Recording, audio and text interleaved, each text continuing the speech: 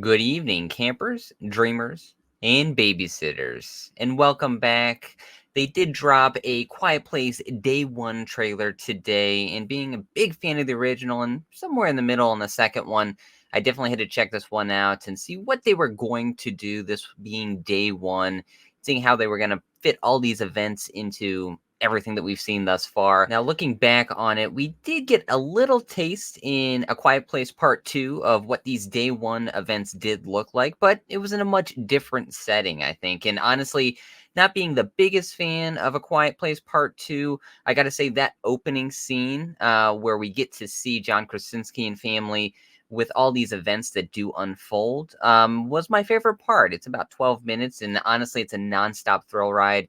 It's one of those scenes that I do find myself going back to revisit. So when they announced this, saying this was going to be Day 1 and taking place in a different setting than what you're used to, I was really excited for this. So as soon as this trailer dropped, I was intrigued to see what kind of feel this thing was going to have. And I have to say, this did catch my attention. Now, I'm still so on it. I think the trailer was pretty well done. It's about a minute 30, I would say, overall. And honestly, we do recycle some footage from part 1 and part 2, so it's not all something new. But what we do get here, I think you do get that feel of the new city feeling and these Day 1 events happening on a much bigger scale. Looking back on that original story, it left a lasting impression on me because of those family ties that it had and the inner workings of the family as well. And then also that claustrophobic feel. While we were outside, we could not make any noise. So I think it was something new, it was something fresh for me.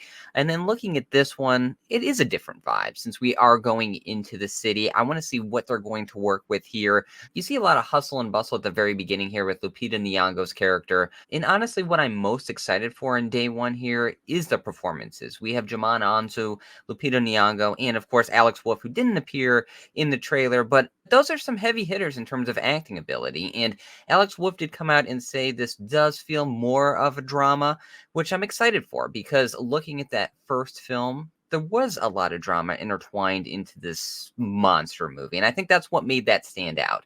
Now, here, I think we do get a lot of crazy scenery. We're getting a lot of reaction shots, a lot of chaos. So it's kind of giving us the feel, of course, what you're going to want to sell in this movie. But we still have a lot of film left to check out. So I'm curious to see what those performances are going to be, since this is going to be hopefully pretty character heavy. And I think that's what's going to leave a lasting impression.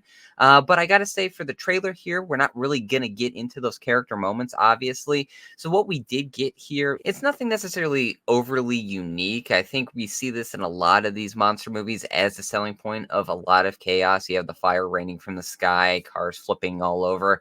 But it seemed pretty well done from what we did get. There's a lot of fast-paced action, and it's going to be intertwined with these slower character moments. And that could be me looking on the bright side of things. This is directed by Michael Sarnowski, who directed Pig, which you haven't seen. I do highly recommend, starring Nicolas Cage and Alex Wolff, of course, which is a pretty unique story in itself. It's about a man and his pig who does truffle hunting.